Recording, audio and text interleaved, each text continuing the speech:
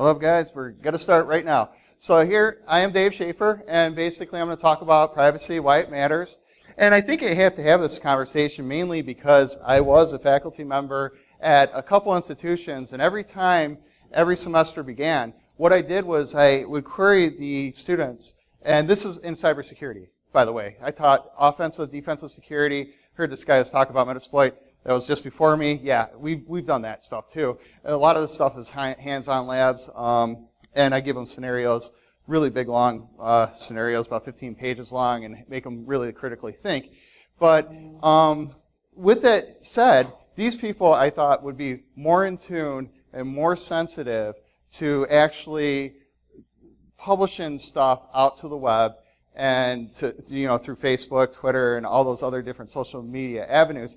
And what I found out was like between about 60 to 80%, 85% at one point of the people that I queried didn't care about what they posted in the media.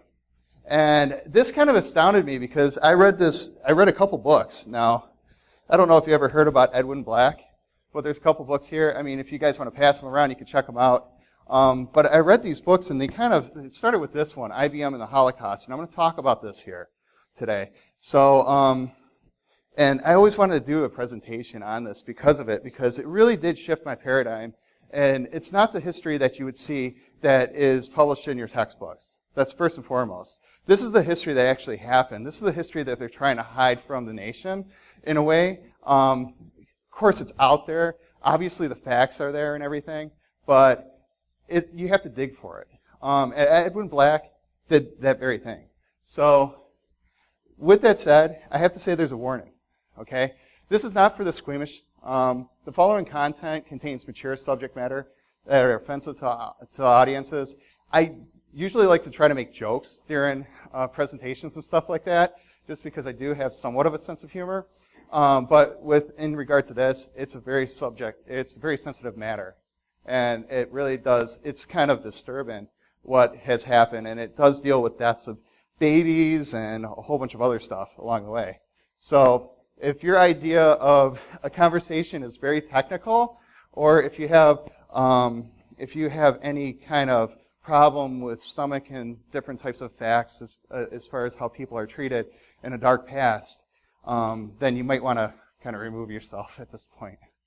So why do we do this? So because those who do not remember the past are condemned to repeat it. So not a conspiracy theory. It's very important to point out that I spent quite a number of hours and days actually researching to give you this presentation. So this is not me with my tinfoil hat put on and making up stuff here. It's based off of fact, and if you look in the back of those books, and that's one of the reasons why I'm having you guys pass them around and look at them, you'll see that there's a lot of research that Edwin Black did himself that is actually documented in the back of every one of those books. So, Eugenics movement is based on the fact and can be researched and proven historically. The items presented here are from various publications. It's not just Edwin Black, but we have Bruce, we have the EFF, we have the American Civil Liberties Union, to mention a few, and stats are provided via the Pew Research. So I'm merely connecting the dots for you, okay? I'm not trying to make up any of this stuff along the way. About me, well, I was a full-time instructor. I stepped down from that. And I have been attending conferences like ERCON last year and stuff like that, and that's my band down by the river. But I guess if you take Craig Smith and I and you put them together, you might have this little guy. But that's kind of where I was before, and where I am now is I'm kind of seeking other opportunities. But observations, just an overview, we're going to provide privacy versus security. We're going to talk about that. We're going to give you some statistical observations of the here and now. We're also going to talk about governments and corporations along the way and where they fell ethically, okay, or failed ethically. We're also going to talk about the current privacy issues and then hopefully give you somewhat of a conclusion. Now, I did title this talk, The Sheep and the Shepherd, and I found this picture and I thought this was probably a good picture, okay? So we have somebody up here on the wall, he's representing the government, and then basically the TV set, which is actually going to come into play later in this presentation, They're reaching out and they're shaving the sheep. So who are the sheep? The people that are sheep is pretty much the people that are automatically like giving their rights away, and they really don't care about their rights, their privacy, and they're just posting whatever the heck they want about them and their family. Now, this is a good picture. I mean, how many people have saw this picture before? It's about trade-offs, right? And everybody wants to think that these are trade-offs for privacy versus security. Well, actually, this is a trade-off versus liberty and control. It's what we're talking about here. It's about our freedoms and the ability to actually give up those freedoms so that we can be controlled even more from the government. So when we think about privacy, we think about keeping our data safe from people that are not authorized to view that type of data. But when we also think about privacy itself, it is a concept entirely separate from security. However, it can be private if we can use certain countermeasures like encryption to secure our data. So encryption is definitely one of the solutions along the way. The Tor network and that type of, for in-transit traffic, if you have something that's highly sensitive, or you don't want people spying on you, or VPNs, that helps out. And I kind of give you a little bit of background, but sometimes, like, when we're talking about privacy versus security, though, it can mean a lot of things. And sometimes there is things that makes a lot of sense as far as a security trade-off, or privacy trade-off for security. Say like your credit card information. Like you get free credit card monitored services from the companies like American Express. If a transaction occurs in another state, you gave up privacy for them to actually monitor what's being purchased on your card and where. For them to call you up and say, hey, wait a minute, something's being purchased down in Texas. Okay? Did you make this transaction? And you get a phone call. Well, you're giving up that privacy. Okay? And that's something that we actually probably like to have in a way, because we don't want to have somebody fraudulently purchasing stuff on our credit card. So there are some times when the security of the overall makes sense. However, sometimes it doesn't make sense. Let's think about when we actually metadata. And in general, we talk about geocaching and stuff like that, and geocaching of information. Now, I'm a father of 4 girls. It wouldn't make much sense from a security standpoint to actually post my private information, a picture I've taken of my 4 little beautiful girls in my house with geocache data located on that information so people can just figure out exactly where I live. It's basically giving a pedophile the information that he needs to go ahead and try to target my family. And that type of trade-off, it doesn't really make much sense. I think we can all probably pretty much agree on that. Now, Bruce is my hero. Okay, he's like the Chuck Norris, right, of security. And basically, he's got a couple different quotes here I wanted to talk about. He says, if I'm doing anything wrong, this is a general quote that I've heard from other students, and he brings up in one of his articles. And here's the argument. If I'm not doing anything wrong, then you have no cause to watch me. The problem with this is that Bruce brings up is that governments define what's wrong, and they keep on changing that definition. And that's something we have to be mindful of. Privacy is not about hiding a wrong. Privacy is about an inherent human right and a requirement for maintaining the human condition with dignity and respect. And that's what we're going to talk about a little bit about eugenics today, because it had a lot to do with dignity and respect, and a lot to do with privacy, and a lot to do with security. So Americans hold strong views about privacy in everyday life. So can we say that privacy matters, but then why is social media so big? Because a lot of people say that privacy matters. We got like 74% of the people here in this poll from Pew Research, and they're saying it matters, but yet I'll show you another stat later that kind of contradicts that. So perhaps we've given up on the fact that we actually do have anything private in today's information age. So they're saying few express confidence that their records will remain private and secure. So there's some more stats up there. And perhaps this is why, because few say they have a lot of control over the information. And there's 38% of the people say that they have some control, 37 say not much control, and 9% say they have a lot of control. So somehow they're like either like not living on the grid, maybe in a backwoods alley somewhere, I don't know. But eugenics itself, when we talk about eugenics, how many people have heard about eugenics? Cool.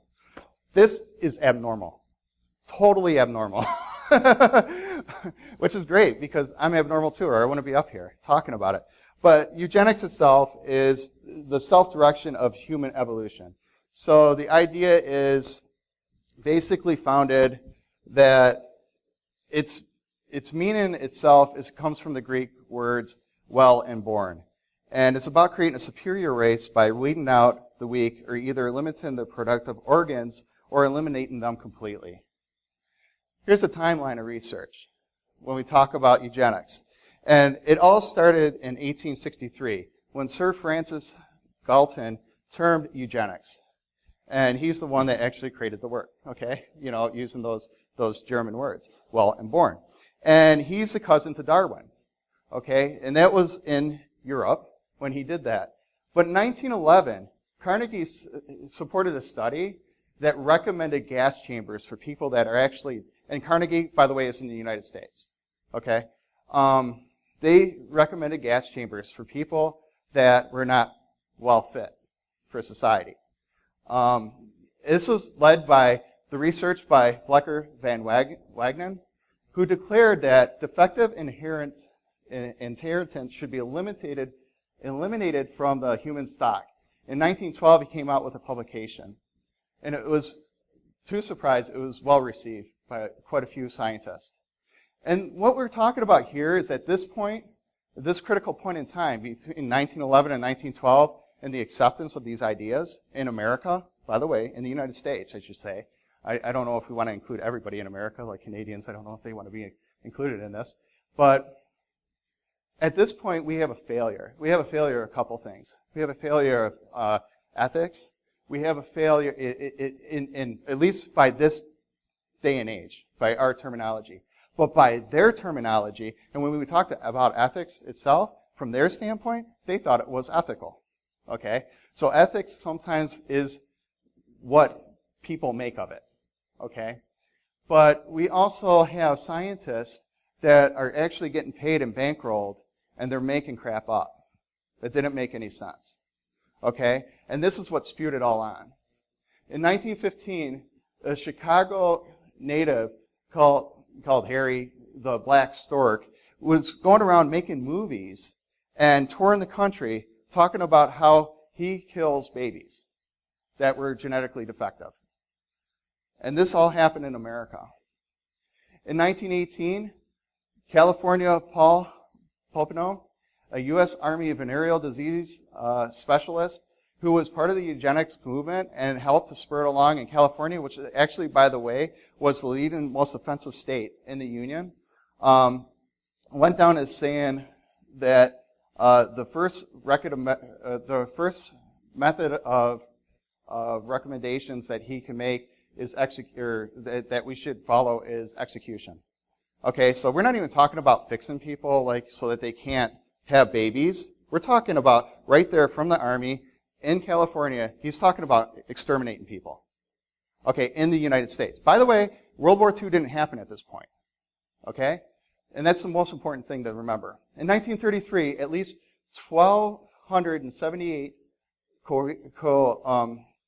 coercive sterilizations were being performed each year in California, 700 on women alone. Women were by far the population that was most affected by sterilizations at this point. So, who were the targets of eugenics? I think we have to talk about this a little bit. The targets include the feeble-minded. Some of those people were called feeble-minded just because they were introverts. And we, as cybersecurity, this is kind of like concerning to me because I know that I work with a whole bunch of introverts, okay, from a cybersecurity perspective.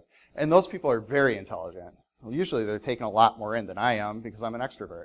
And they're a lot smarter than I am. At least I put them up there. So it's kind of interesting that they actually classified introverts as being feeble-minded. Many were left to die in hospitals via neglect, but that's another story in U.S. history alone. Okay?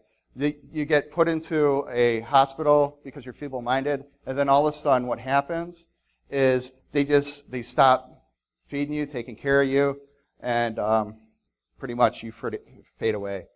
In Lincoln, Illinois, hospitals fed incoming patients milk from tuberculosis cows, or cows with tuberculosis, believing that if they were genetically superior, they would have been immune to it. So this is what they were doing in the United States. The poor, by passing laws in the United States, it allowed for the forced sterilization of citizens deemed harmful to society. Remember in the 20s we had a stock market crash? That put a lot of people out of work. That probably wasn't a good thing, for a lot of people that could work, and just because they were poor, they probably were sterilized. The criminals, they said that criminals should be sterilized. This is Theodore Roosevelt, by the way. He supported the movement, so did Tesla, Ford, and a few other people. But actually a lot of notables. And this is another failure in history. It's like all these who's at the time supported this in the United States. Basically, criminals should be sterilized, and feeble-minded people should be forbidden to leave offspring behind them. And that was the president of the United States at the time. That was his belief. Minority races, the superior race in the United States, by the way, before World War II, before the Nazi regime, was blonde-haired and blue-eyed Nordic types. By the way, I don't have blonde hair or blue eyes, so I'll probably be targeted too, right? That's why it kind of probably hits home with me. United States eugenics intended to subtract the blacks, Indians, Hispanics, Eastern Europeans, Jews, the dark-haired hillbillies, etc. So, how would the United States enforce the eugenics? Step one was to identify the so-called defective family trees and to subtract them to lifelong segregation and sterilization programs to kill off bloodlines. Same step was the step one for the Nazi regime in World War II.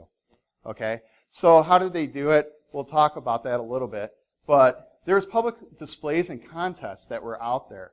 Basically, there was a fitter family contest that was given out there, and basically what you're supposed to do is prove that your bloodlines were actually not contaminated by any means in order to win this contest.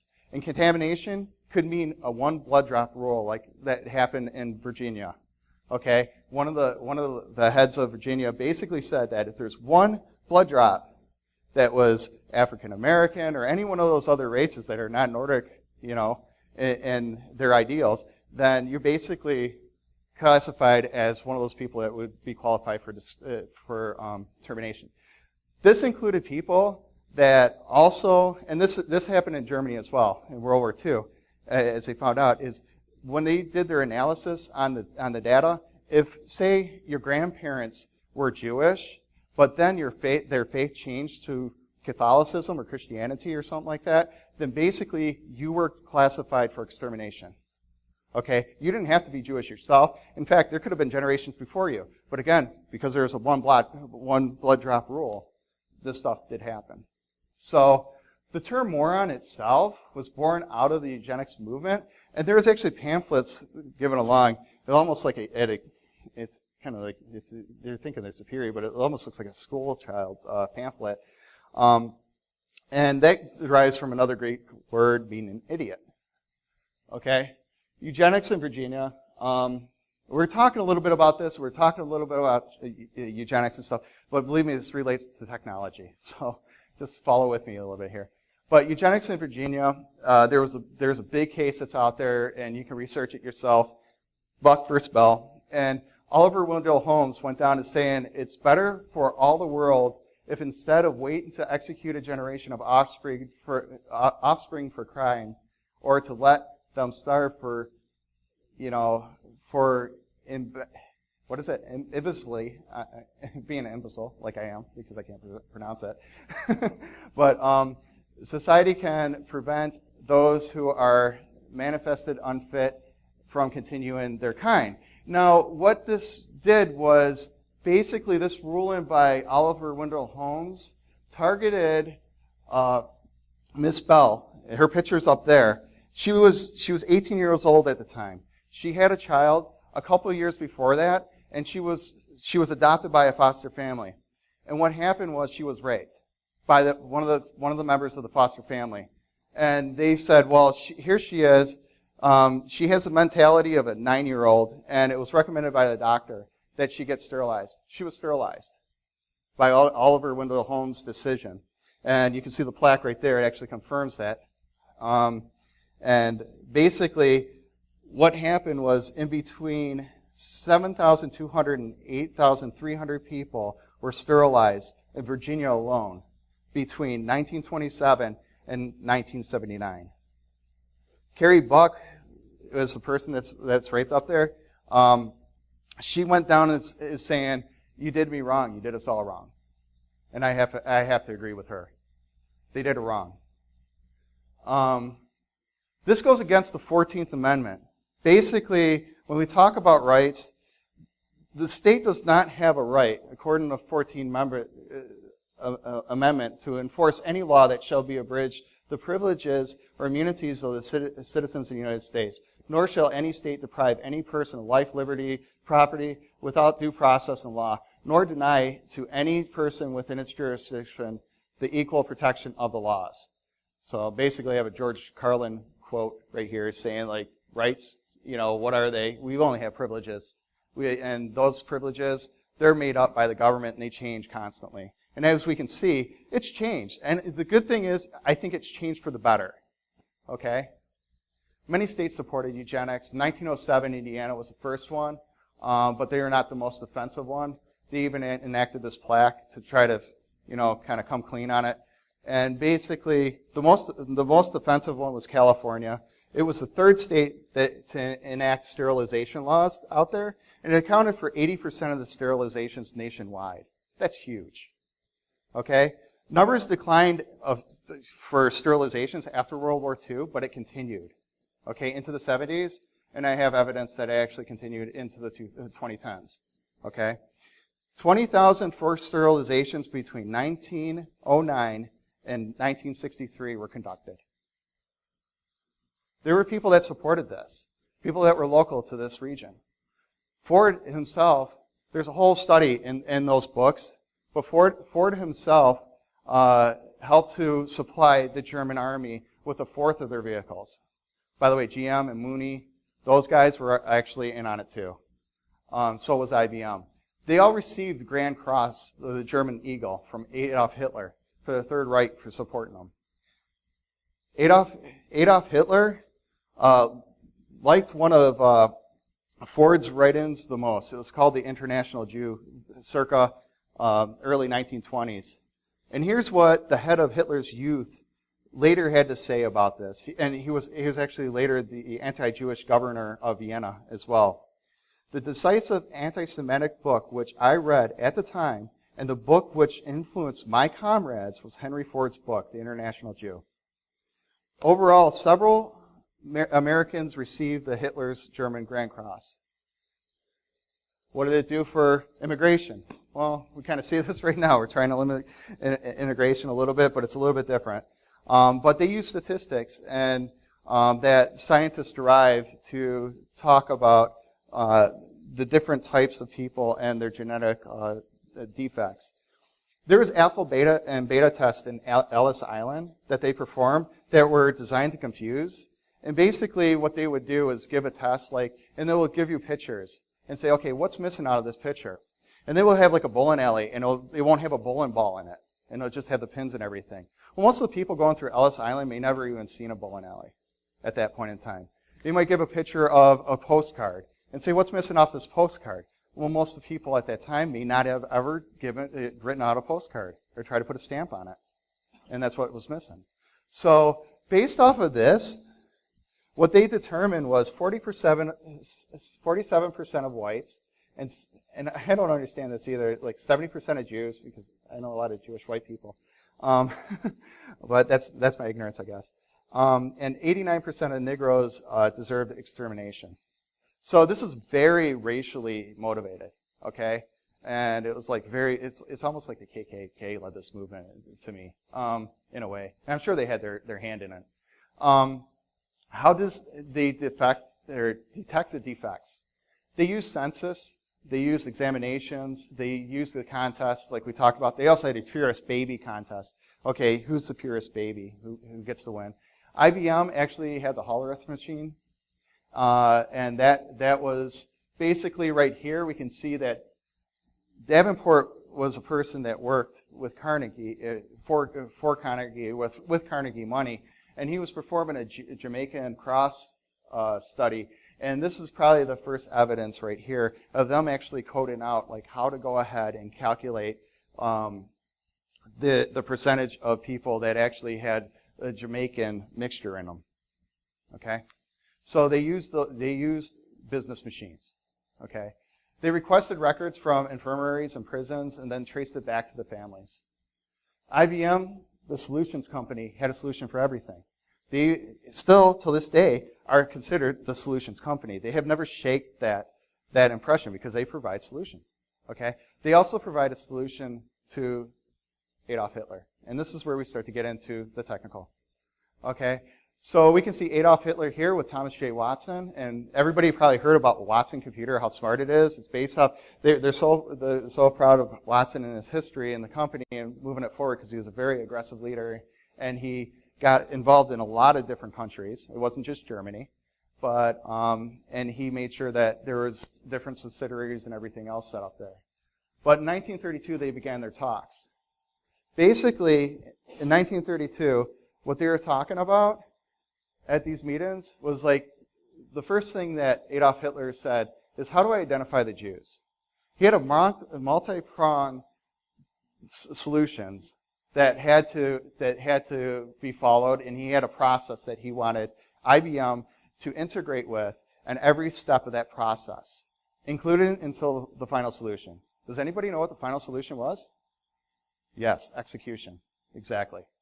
So the first product was find them. The second part of the process was to oust them from their jobs, okay, and from every segment of society. And this included, again, this wasn't just the people that are currently Jewish. This is like anybody that had a Jewish bloodline. IBM worked to identify where they worked, okay, to pauperize the Jews. IBM worked with the banks to identify their accounts to speed up the process. And for ghettoization, basically IBM worked to identify the to and from addresses that they would move Jews from their nice houses to the low-end, very low-end rent districts. Then they worked on the deportation of Jews to the camp. So IBM worked to identify the exact number of trains, the boxcars, etc. So, brings us to another timeline. Okay, in 1910, there is a German subsidiary set up of IBM, and it was established. In 1928, the IBM Hollerith punch cards were used for the Jamaican race study. You've seen the program that was listed out in the other slide. In 1932, IBM partnered with Hitler, ushering in the information age. In 1933, IBM in New York instructed German subsidiaries to design a massive German census to identify Jews, origin, location, and professions. At that point, and throughout the whole war, the German regime rented the machines from IBM through a subsidiary. Okay? In 1939, the war broke out in September of 27th, and IBM quickly rushed to combine the German, Australian, and Russian firms. I left out Russian. And then in 1942, the U.S. entered the war, and at that time, Watson ordered the check machines to be put on the tags for the Nazi tabulators. And so, did they stop? No. They kept on going, even after the United States entered the war. Even the tattoos, and I'm sure people probably have seen the tattoos of the people that were unfortunate enough to be put into camps over in Nazi Germany. But even the tattoos started out as data found in punch card machines and tracking their professions, etc. Okay? And that's how they knew what they can do. Okay? This is usually a code or something that's put on their arms. They knew what profession they were. So if I had a code, it'd probably be cybersecurity or computers, and I'd probably do something analytical. This is the picture of the machines, and this was actually at the Smithsonian. And this is what started Mr. Black on his research for trying to find out what this machine was used for. Okay? And so what they would do is they had their subsidiaries in IBM would go over and service these machines, and they would fix them, they would program them, and do whatever they were told to do, okay, by the German government. However, let's flash forward to here and now. We have a social media Hoover out there, sucking in information, okay? We have Facebook, we have Twitter, we have everything you can think about. And anything that you put in out there, there's big data that's going to take that information and go ahead, and they're trying to figure out right now how to correlate that information. Okay? Now, is the government in on this? Now, are they going to try to do something like this again? I hope to God they don't. Okay? That was history then. And the whole point of going about eugenics and talking about the eugenics process and all the stuff that had happened back then is to let you guys know that this stuff did occur. And yes, it actually did. They did use IBM business machines. They did use computers. And what we're doing right now, here and now, is we're giving everybody all the data they need. Okay? Not only that, they're getting more data. Okay? They don't even have to worry about the blood drop rule. Now they can get inside your minds. Because now they know your likes, your dislikes, everything else. So, think it's all over? No. There's still people out there in subsets, and this is like kind of concerning to me. From 2006 to 2010, at least 148 female inmates at 2 California facilities had tubular ligation surgeries, which is, they were fixed, if you want to call that a fix, without consent. And there's a whole process on this that they did not follow at these 2 prisons. The process involves people actually going out to the courts, the prisons themselves going out to the courts to prove that these women wanted to be actually sterilized. And they never followed the process. They just did the sterilizations on these women. And this happened in the last, decade? So, brings us to current issues. It's like, there's a lot of ethics problems with this whole scenario right here. And current issues right now that I see in the government, it's really EFF concerns, Electronic Frontier Foundation, which I support. And the United States Federal Court in Virginia rules that they don't need a warrant to hack into your computer. Well, this is even giving them more information and more eyes into what we're doing. So this is why it's a current concern. The criminal defendant who has reasonable expectation of privacy in his own, does not have reasonable expectation of privacy in their computer is basically what they're saying. And this is, anybody hear about FBI playpen? I don't know why they give these terms to this. So here's the thing, is the government, and I see this time and time again, the government uses emotion to try to go ahead and facilitate change. And we've seen it before with the FBI and the phone, the iPhone, with the, what was it called, the terrorist and San Bernardino case. Okay, but we've seen it before, and they're trying to play off emotion. It's like, okay, we hate terrorists here. Most Americans don't like terrorists. Okay, we could probably agree on that. So what they're going to try to do is bring up a situation like that to try to go ahead and sway public opinion to get them more control. Again, this is not about privacy and security. This is about control, okay, and liberties. And the same thing's happening here with Playpen, as far as my humble opinion is. Nobody's going to go out there and say, okay, I want somebody, especially a father like myself, I'm not saying that I would want somebody that is actually going to one of these child pornography sites to be out there and amongst my children. But what I'm saying is they're using this type of stuff to try to sway public opinion so that they can go ahead and create laws that say we have no reasonable expectation of having any kind of privacy in any of our devices. Senate still considering giving FBI more power to spy on browsing history via the other data. This is a separate issue. But this would give the FBI the ability to serve companies with the national security letter to obtain browsing histories. So we're talking about ISPs. So what are you doing at home? Well, we'll find out. They want more and more data. They're trying for that more and more data. And this is a simple relationship between governments and us in general. Is they got to prove that they're a sovereignty and they can protect us. Okay? And for their minds, this is what they're trying to do. But if you look at the history of FBI, by the way, does anybody know Hoover? Does anybody really know the history of Hoover and all the stuff that he used to do? You don't want Hoover to be president. And he wasn't a really nice guy as far as that's concerned. He had a lot of dirt on a lot of people, and he was able to manipulate those people to do things they wouldn't normally do based off of the data he obtained from them. Okay? So we have a big failure of people and ethics in this whole nation in general. So it's really concerning to me when I see that like the FBI is actually trying to push through yet another bill. This would give the FBI the ability to serve companies, and we talked about that, and there's more information here at the EFF, and you can follow the EFF, and you can find more information with that in general. So how we sold our souls, and this is something that Bruce did a good article on, is how we sold our souls to the internet giants. And he's talking about basically the Samsung television in that article, and I did some research outside of his article, and basically I found this article from CNN Money. And it says, many Samsung TVs, smart TVs, are come equipped with voice recognition, which allows you to bark commands at your TV. Since the television is always listening for your voice, Samsung has a warning to its customers saying every word is being captured and sent over the internet. This is like really messed up to me without dropping the F-bomb.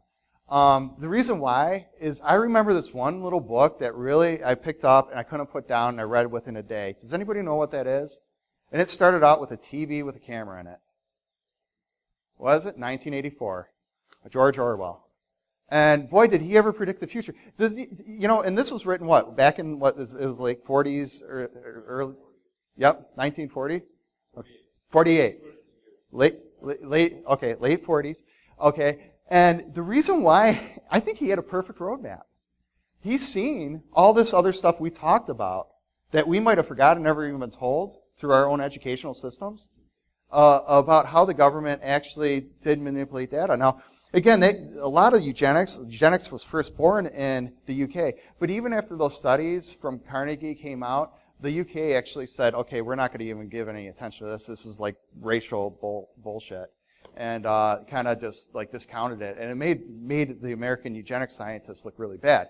By the way, it wasn't just like Ford and stuff like that. Rockefeller actually supported the Germans by sending over money overseas to actually go ahead and help their scientists go ahead and do more studies on eugenics themselves to actually get it, I guess, down to some kind of pseudoscience, which is like really messed up.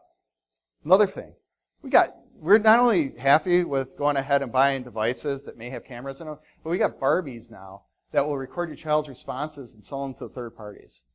This is something that Bruce had put out there, as well in that other thing. So we may also share, this article that I was reading, we may also share feature extracted data and transcripts that are created from such recordings, but from which any personal information has been removed, with the service providers or other third parties for their use in developing, testing, and improving speech recognition. But, it's just all kind of strange. We've got the video cameras. We all know about that on the street. We see video cameras all the time. I grew up in a world, Wolf grew up in a world, I can tell by his hair color. But we grew up in a world, some of us, where we didn't have cameras anywhere. And this is like really strange to me. I don't like it. Okay? I'm a cybersecurity expert. But I don't like all these cameras. I don't like all these devices out there. And it really concerns me when they can actually go ahead and track different license plate numbers as it moves through intersections in different cities and tell me where I'm actually at. By the way, they don't even need that because they got stingrays. Okay? A hailstorm and stuff like that. And everybody knows about stingrays and hailstorms. Basically, the United States law enforcement. Okay, not everybody raised their hands. So basically, the FBI told law enforcement agencies, based off the research that I've actually discovered like months, maybe years ago when I first heard about it, but they told them not to let people know what these devices are really truly capable of. And basically, they can go ahead and track different people, but when they turn them on and they actually start to collect the information for where somebody's phone may be, they're actually going ahead and gathering data from like every phone in that vicinity. Okay? So that raises some privacy concerns in general. And there's also different types of plugins you can use those devices to extend those feature sets way beyond there. So the whole point of this, though, is just to bring out that Oakland County has one, okay? And when I did some research, and it said like the FBI was, and I don't have the document here, but it was posted online. It was basically the transcripts of the approval of Hailstorm, which is a Stingray device. I think it's by, is it Hawthorne Technologies? Okay. And then basically, what happened was they went before the Oakland board. They said, we need this to go ahead and track bad people. That's all they said. They did not say exactly what that device could do, the full capabilities, or nothing like that. And they got it pushed through, approved, and they purchased the Hailstorm device. So here's the thing. Out of this article, it says Oakland County's has led basically the publicized information that's been out there saying that they have Hailstorm has basically led to exactly what it was hoping to avoid. Public knowledge and debate about the existence of the proprietary of the invasive Hailstorm technology in the hands of law enforcement. So I wanted to highlight that. They didn't want us to know about this.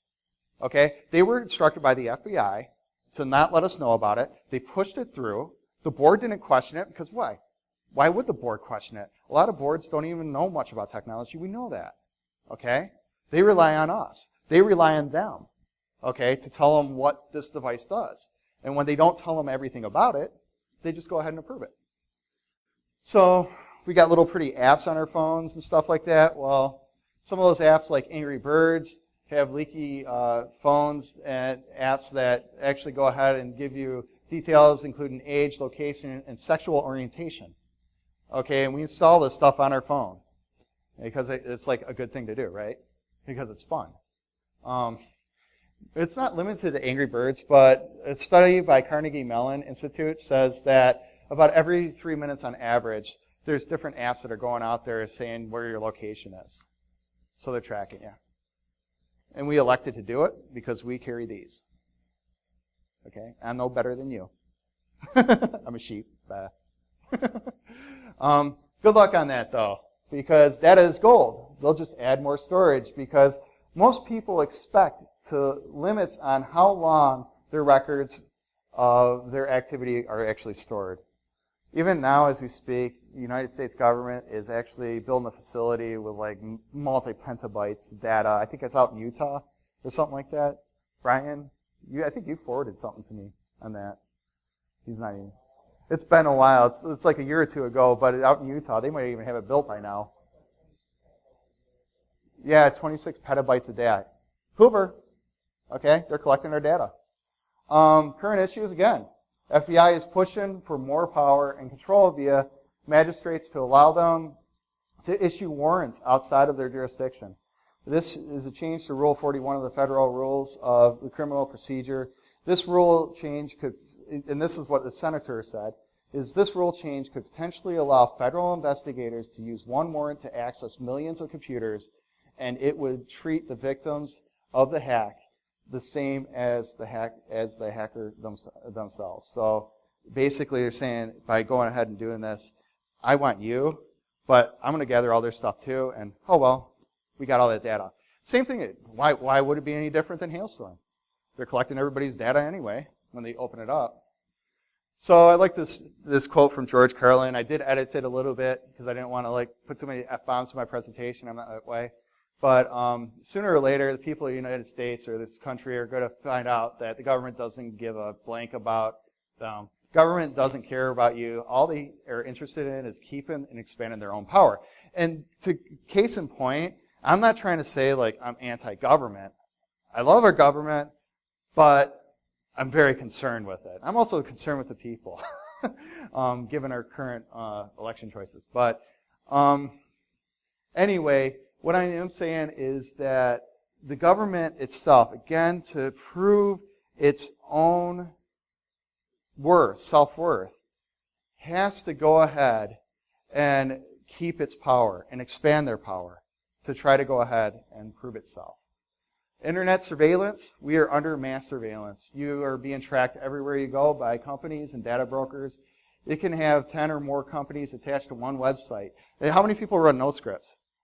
Okay? Or not scripts or anything like that. Well, you know this, okay? You hit one website, you have all these other scripts, and sometimes you allow one, and then another 20 pop up. It's like, where the hell did this all come from? I never even seen it. That's if you're not running that, you should run that and try to figure out how to use it. Okay? Because that's a great way to really look at all this data gathering that is being done to you as you're browsing the web. Big data can be used for the good and bad. So there's so much data already collected about us. The big issue is how do you get any value out of it? Big data is the solution to that. And this is the current here and now. Okay? Just like the Nazi regime had a census that they had to compile and try to figure out where everybody was. Big data is that solution out there to convert higher levels of volumes of data into low density data that's valuable information. And it can take tens of terabytes into, and it can process tens of terabytes into the petabytes worth of data. And that's what we're talking about, is processing that much data. By the way, as we're actually, and this is what I'm seeing out there, as we're actually losing, it seems like the battle on more rights, or at least it seems like it, because FBI, NSA, and all these people are out there trying to vie for more power. We're having different corporations. We're losing on another side. Is like Apple is working on ways to shut down cameras in movie theaters.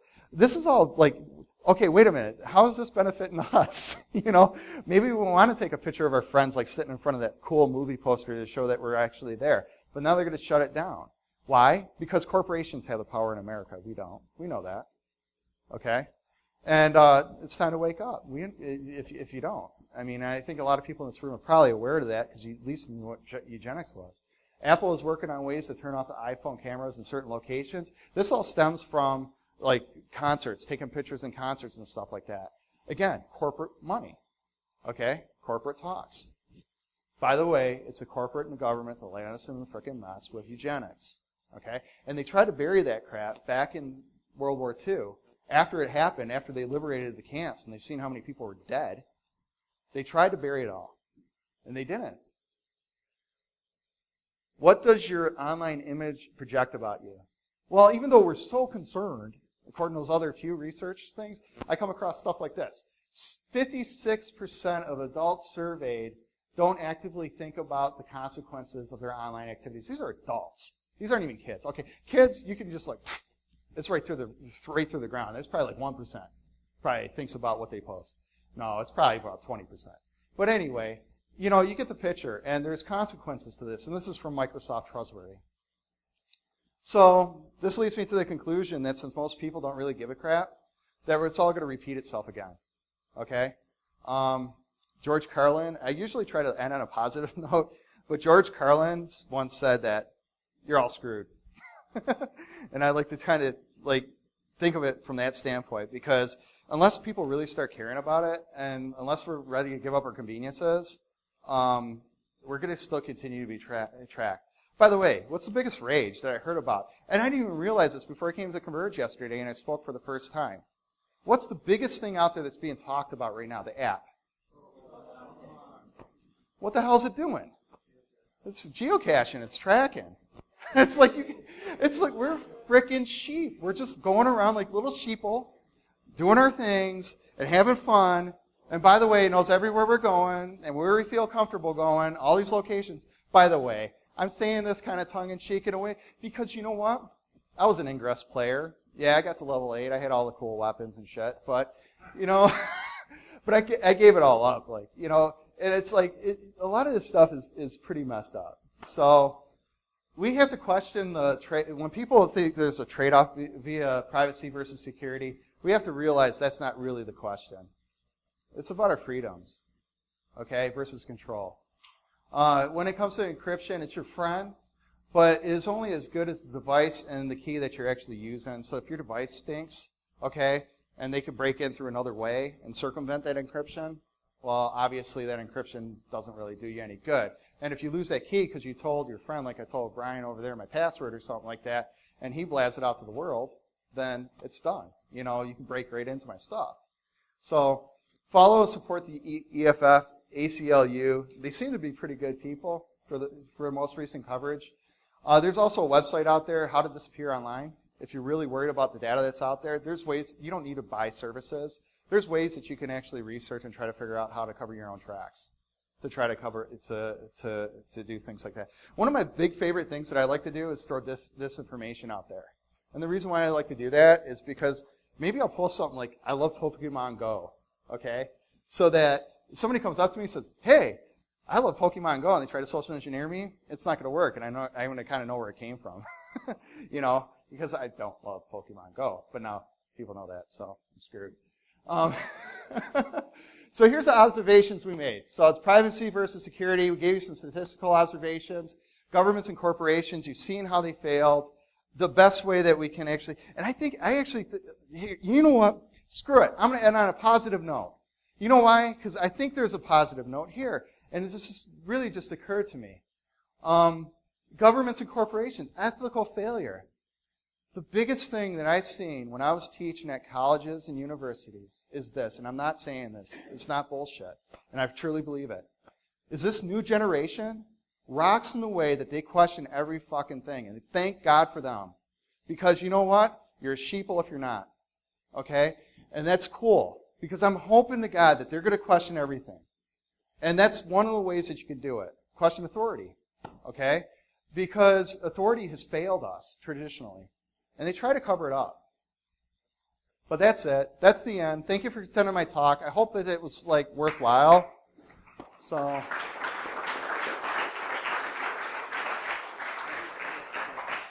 Huh? Any questions? Okay. I don't know how much more time I have.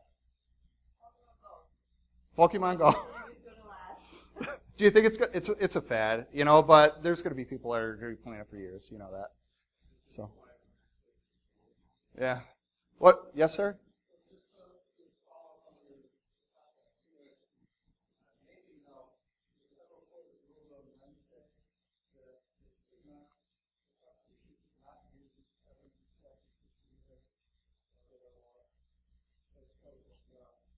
Interesting.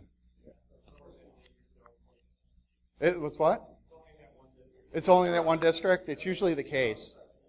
Yeah. The district they don't need a search? Yeah, I don't know. That's news to me. That's cool to know, but go ahead. Oh.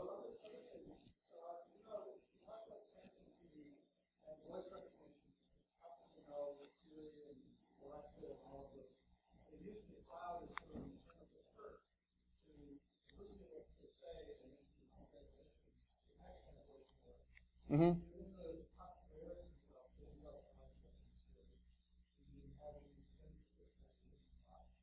No, I don't think it's going to stop. I think people are going to continue to use it. I mean, we have Cortana on Windows. We have a whole bunch of different.